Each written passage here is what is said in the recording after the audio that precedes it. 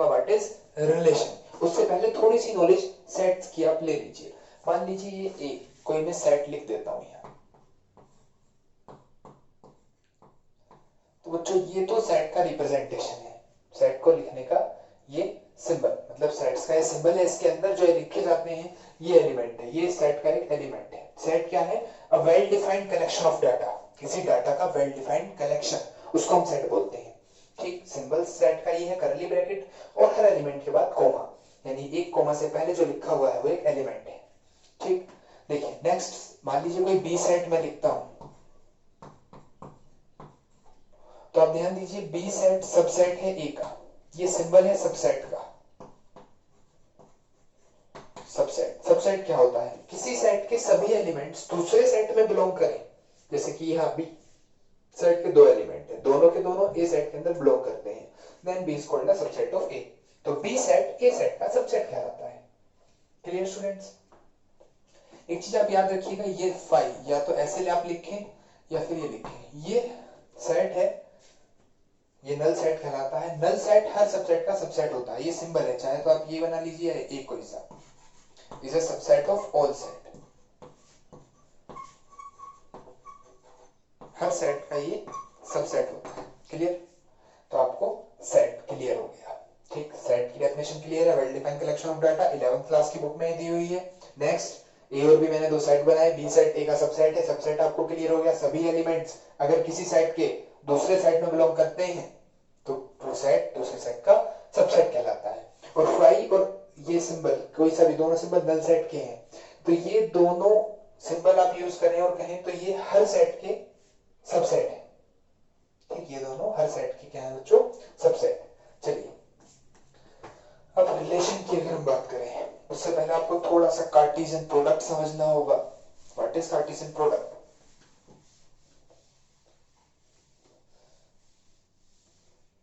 मैं सिंपल आपको लूं, ए को ही सेट ले लो, ये है 1 2, और बी को ही सेट ले लें हम यहाँ 2 3।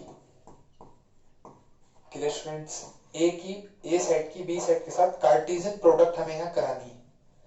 तो कार्टेशियन प्रोडक्ट, देखिए कार्टेशियन प्रोडक्ट कैसे होती है, इस पहले एलिमेंट की पहले एलिमेंट के साथ लिखना है, सिर्फ प्रोडक्ट नहीं करानी है। पहले एलिमेंट को पहले एलिमेंट के साथ लिखना है 1 2, फिर पहले एलिमेंट को दूसरे के साथ लिखना है कोमा लगाकर, नाउ 2 2 एंड लास्ट 2 3। तो बच्चों ये आपकी हो गई कार्टेशियन प्रोडक्ट। तो कार्टेशियन प्रोडक्ट करने के बाद ए क्रॉस बी एक नया सेट बना, जिस सेट का ये एक एलिमेंट है, ये एलिमेंट नहीं होगा बच्चों, ये एक एलिमेंट है, तो इस सेट के अंदर 4 एलिमेंट है। तो यहाँ आपको एक चीज और याद रखनी है, मान लीजिए एन सेट के अंदर 2 एलिमेंट थे और बी सेट के अंदर भी 2 एलिमेंट थे, तो ए क्रॉस बी जो नया सेट बना उस सेट के अंदर टोटल एलिमेंट 4 है। ठीक, ये इसका एग्जांपल, मान लीजिए मैं यहाँ कोई नंबर लिख दूं, यहाँ x एलिमेंट है, यहाँ y एलिमेंट है, तो यहाँ एलिमेंट कितने होंगे x y। तो आप बिना कार्टेशियन प्रोडक्ट करे ये बता सकते हैं कि दोनों सेट की प्रोडक्ट होने के बाद नया जो सेट बनेगा उसके अंदर कितने एलिमेंट्स होंगे। क्लियर? चलिए याद रखिएगा, इसका भी यूज हो जाएगा कहीं। देखना आप नेक्स्ट, तो मैंने सेट की कार्टेशियन प्रोडक्ट करा दी। मैं अगर सबसेट्स लिखूं, subsets of A cross B, A cross B की जो सबसेट है, सबसे पहला 5, ये तो सबका सबसेट होता ही है। दूसरा, आप एक एक एलिमेंट का एक सेट बना दे, एक सेट ये बन गया, एक एलिमेंट 1 3, एक सेट आपका बन गया 2 2, नेक्स्ट एक सेट आपका बन गया 2 3। क्लियर? नेक्स्ट एक सेट मैं आपका बना दूं, तो दो दो का आप ले लीजिए 1 2 और 1 3। नेक्स्ट 1 2 और 2 2, मैंने इसको छोड़ दिया। ठीक, नेक्स्ट 1 2 और अब इसे छोड़ दें, 2 3 ले लें। क्लियर? यानी कि एक एलिमेंट ये बनाया, एक सेट ये बनाया, एक सेट इनका बनाया। नेक्स्ट अब 1 3 के साथ स्टार्ट करते हैं। तो 1 3 के साथ 1 2 तो आ चुका, 1 3 के साथ 2 2 ले लें। नेक्स्ट 1 3 के साथ 2 3 ले लिया, देखिए अगर आप इस सीक्वेंस से चलेंगे तो आपके सेट्स आपके छूटेंगे नहीं, ठीक है। नेक्स्ट 2 2 के साथ स्टार्ट करते हैं। तो 2 2 के साथ ये भी आ चुका है, ये भी आ चुका है, 2 2 के साथ 2 3 लेना है। तो ये 2 वाले सभी सेट्स बन गए। अब 3 3 एलिमेंट वाले सेट बना ले। तो 1 2 1 3 और 2 2, ठीक। तो ये एक सेट बनाया, इसमें मैंने 2 3 छोड़ दिया। अब ये एलिमेंट छोड़ दें तो 1 2 1 3 और कोमा 2 3। नेक्स्ट अब ये एलिमेंट छोड़ दें 1 2 2 2 और 2 3, क्लियर। और लास्ट आप ये वाला एलिमेंट छोड़ दें तो 1 3 2 2 और 2 3 और एक सेट बनेगा कंप्लीट यही, यानी हर सेट खुद का सबसेट होता है। तो मैं ये वाला सेट पूरा यहाँ बना दूं 2 2 2 3। तो बच्चों ये जो सबसेट्स आए हैं ए क्रॉस बी के, जो ये सबसेट्स आए हैं इनको ही रिलेशन बोलते हैं। These are the relations from set A to B. A set के बी सेट के साथ ये रिलेशंस हैं। तो रिलेशन की यही डेफिनेशन है। The subsets of the Cartesian product of A and B are the relations from A to B. जो सबसेट होंगे A क्रॉस B के, उन सबसेट्स को हम A से B तक के रिलेशन बोलेंगे, क्लियर। तो रिलेशन डेफिनेशन आपको क्लियर हो गई, ये आपका रिलेशन है। अब देखिए रिलेशन की रिप्रेजेंटेशन हम कैसे कर सकते हैं। मैं सिर्फ कर दूं रिप्रेजेंटेशन ऑफ रिलेशन। तो मेन एक तो ये रोस्टर फॉर्म में है ही, एक आप एरो डायग्राम से इन्हें रिप्रेजेंट कर सकते हैं। मान लीजिए ए, ये बी।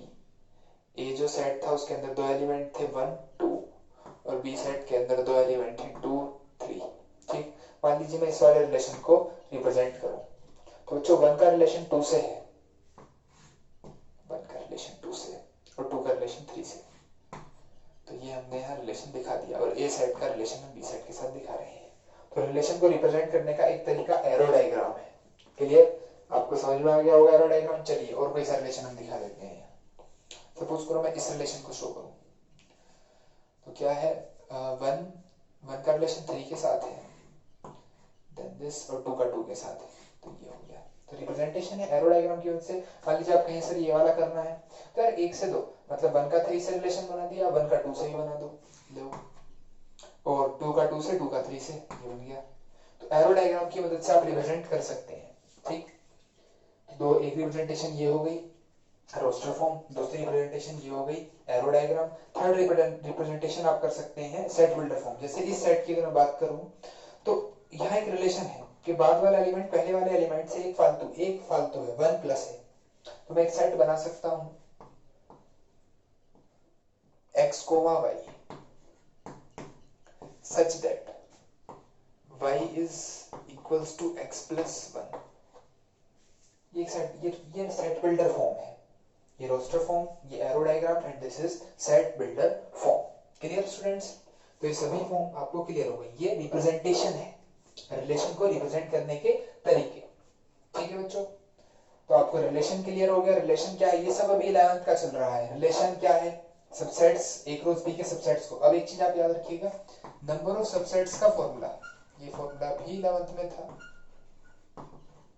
नंबर ऑफ सबसेट्स कितना है, 2 की power n, number of subset का फॉर्मूला है, ठीक। जैसे कि 4 एलिमेंट थे यहाँ ए क्रॉस बी के अंदर, 4 एलिमेंट थे तो 2 की पावर 4 में कर दूं तो 16। आप काउंट कर लीजिए 1 2 3 4 5 6 7 8 9 10 11 12 13 14 15 16, टोटल 16 रिलेशन ये बने हैं। तो 2 की power n number of subset का फॉर्मूला है और हर एक सबसेट रिलेशन कहलाता है, इसीलिए नंबर ऑफ रिलेशन का फॉर्मूला भी यही है, 2 की पावर n।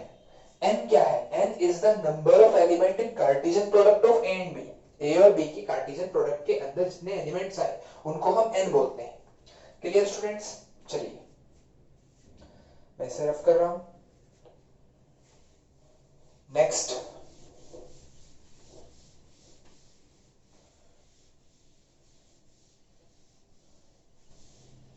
तो जो नेक्स्ट जो आपका टॉपिक है, अब हम टाइप्स ऑफ रिलेशन पे आते हैं।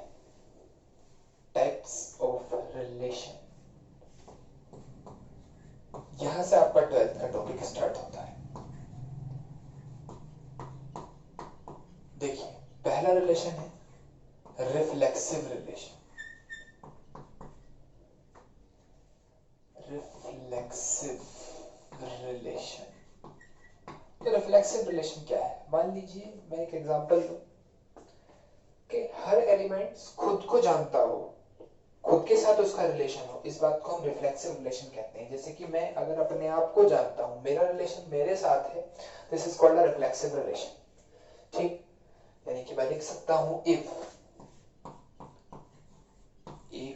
a, belongs to R for relation, a, जैसा एलिमेंट रिलेशन के अंदर बिलोंग करेगा, then it is reflexive relation, तो वो रिफ्लेक्सिव रिलेशन कहलाएगा। क्लियर? Next symmetric relation.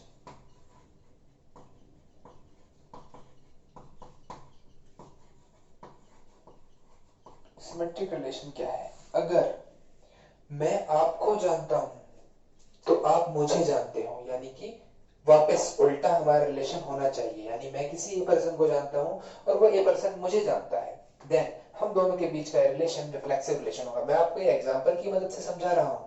यहां हमें मैथ्स में एलिमेंट का ही काम करना है, यानी कि मैं कह सकता हूं इफ अगर ए कोमा बी रिलेशन के अंदर है, देन तो b कोमा a भी रिलेशन के अंदर होना चाहिए। यानी अगर a एलिमेंट का b एलिमेंट के साथ रिलेशन है, it means a element b element को जानता है, तो b का भी a को जानना जरूरी है, यानी कि b कोमा a रिलेशन में होना चाहिए। ठीक, तब वो कहलाएगा then it is called a symmetric relation, तब ये एक सिमेट्रिक रिलेशन कहलाएगा। Clear student? नेक्स्ट, जैसे कि मैं आपको एक एग्जांपल दूं सिमेट्रिक रिलेशन ना होने का। मान लीजिए मेरा और किसी पर्टिकुलर फिल्म स्टार का हम बात करें, यानी मैं मान लो मेरा और अक्षय कुमार एक स्टार है, उसका रिलेशन देखूं तो मैं अक्षय कुमार को अच्छे से जानता हूं, लेकिन अक्षय कुमार मुझे नहीं जानता, then our relation is not symmetric, हमारा रिलेशन सिमेट्रिक नहीं है। यहां सिर्फ ए एलिमेंट बी को बिलोंग करता है, लेकिन बी एलिमेंट ए को बिलोंग नहीं करता, then our relation is not symmetric. और जैसे कि अगर कुछ बच्चे जो मेरे जानने वाले ये वीडियो देख रहे होंगे, मैं उनका और अपना रिलेशन कंसीडर करूं तो मैं उन बच्चों को जानता हूं और वो बच्चे भी मुझे जानते हैं, then our relation is reflexive, लेकिन सॉरी सिमेट्रिक। लेकिन एक चीज और याद रखिएगा, कुछ बच्चे अनजान होंगे, कोई बच्चा ऐसा कोर्स परचेज कर रहा है जिसको मैं पर्सनली नहीं जानता, देन उस बच्चे का और मेरा रिलेशन सिमेट्रिक नहीं है, क्योंकि वो तो मुझे जान गया मेरी वीडियोस देख के, लेकिन मैं उसे नहीं जानता, then our relation is not symmetric. देखिए नेक्स्ट ट्रांजिटिव है। ट्रांजिटिव आप बहुत ध्यान से समझिएगा, is this a most confusing and also there is a problem in NCERT books। NCERT की कुछ बुक्स के अंदर ट्रांजिटिव रिलेशन को एक्सप्लेन गलत किया गया है और उसके क्वेश्चन आंसर भी गलत है। उसके बाद एक रिवाइज्ड बुक आई है NCERT की, जिसके अंदर क्वेश्चन आंसर्स ठीक किए गए हैं। तो मैं पहले ही बता दूं, कुछ बच्चों के पास जिनके पास पुरानी बुक होगी उनको ये टॉपिक यहां समझ में आ जाएगा, जब वो क्वेश्चन आंसर करेंगे उनका आंसर काफी हद तक गलत आएंगे, तो वो एक बार किसी और की बुक लेकर आंसर चेक कर लीजिएगा। तो ट्रांजिटिव रिलेशन क्या है और इसे ध्यान से समझना, यही कंफ्यूजन है, जो भी है बस कंफ्यूजन यही आएगा। देखिए अगर मैं ये कहूं if A belongs to B, अगर A और B एलिमेंट रिलेशन के अंदर है एंड B और C एलिमेंट भी रिलेशन के अंदर है, यानी A कोई एलिमेंट है जो B के साथ रिलेशन रखता है और B कोई एलिमेंट है जो C के साथ रिलेशन रखता है, then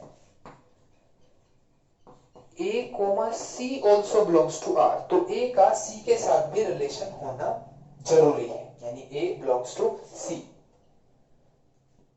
so it is reflexive relation, so it is a transitive relation। तो ये कंडीशन है ट्रांजिटिव होने की, ठीक है।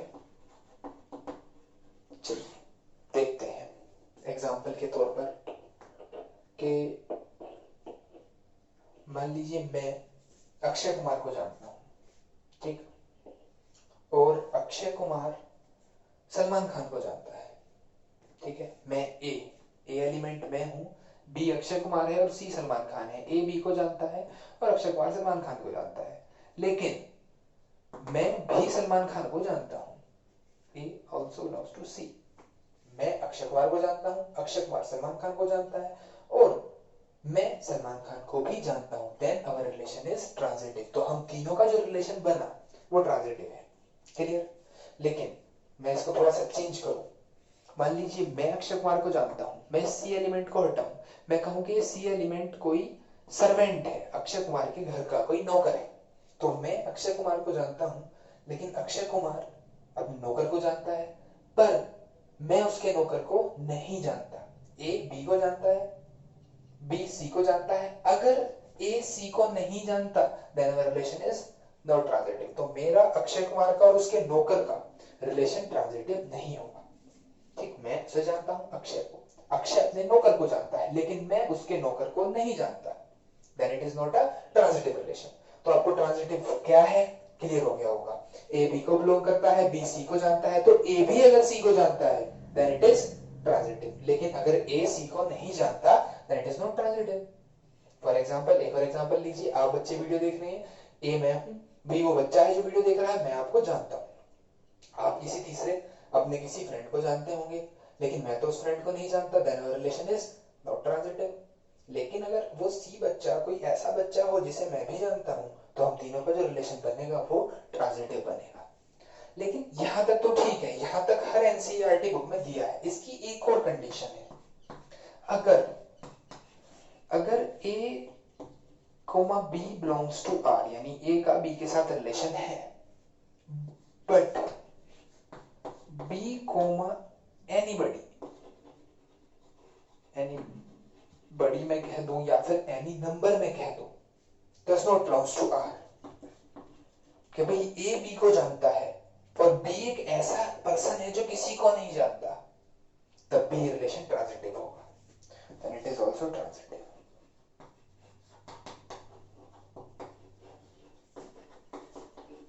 ये बात बुक में नहीं दी, सभी बुक में नहीं दी, कुछ बुक्स में दे रखी है, और हायर स्टडीज अगर आप करेंगे बीएससी वगैरह तो वहां की बुक्स में दिया है कि A belongs to B and B does not belongs to anyone, B किसी को भी नहीं जानता, तो ये रिलेशन ट्रांजिटिव नहीं होगा, सॉरी ये रिलेशन ट्रांजिटिव होगा। मतलब अगर ए बी को जानता है और बी किसी को नहीं जानता तो भी ट्रांजिटिव, ए बी को जानता है, बी सी को जानता है, ए बी सी को जानता है तो भी ट्रांजिटिव। दिक्कत कहां है? दिक्कत वहां है जब बी तो सी को जानता है लेकिन ए सी को नहीं जानता। और अगर बी बिलोंग्स टू नथिंग या anybody, B does not belongs to anybody, then it is transitive, ठीक। तो B belongs to B comma anybody does not belongs to relation, वो रिलेशन में हो ही ना कुछ ऐसा, मतलब, ठीक है। तो आपके रिफ्लेक्सिव सिमेट्री ट्रांजिटिव तीनों समझ में आ गए होंगे। एक चीज नोट कर लीजिएगा, relation which is reflexive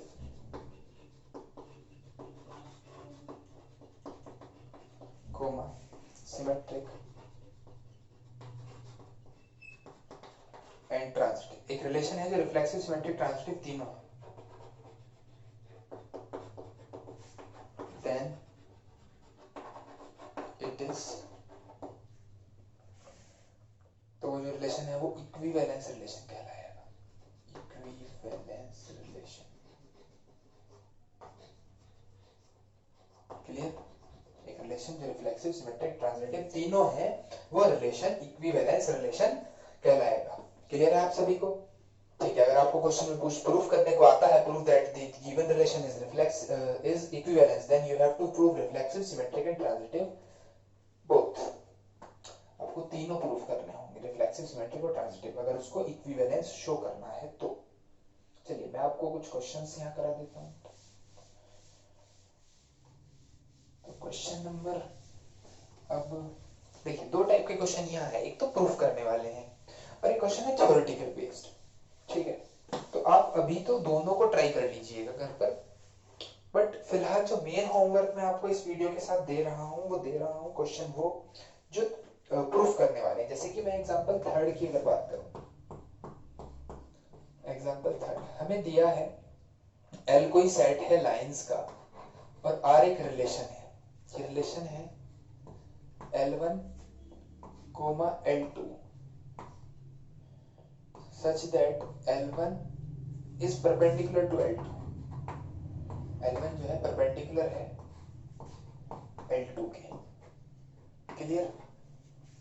L1 is perpendicular to L2। L1 जो सेट है वो L2 के क्या है बच्चों? परपेंडिकुलर है। प्रूफ करना है R सिमेट्रिक है लेकिन ना तो रिफ्लेक्सिव ना ट्रांजिटिव।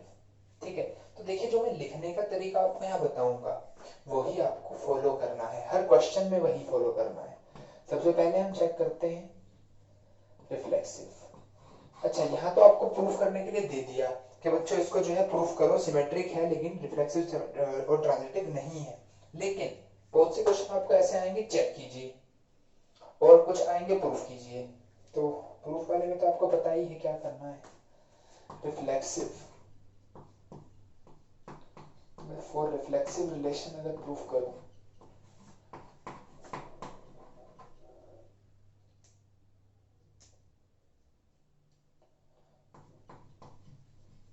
Reflexive relation, clear? हो सकता है ना दिखाई दे रहा हो, चौक जो है थोड़ी ठीक से चल नहीं पा रही है, प्रॉब्लम कर रही है। देखिए फॉर रिफ्लेक्सिव रिलेशन,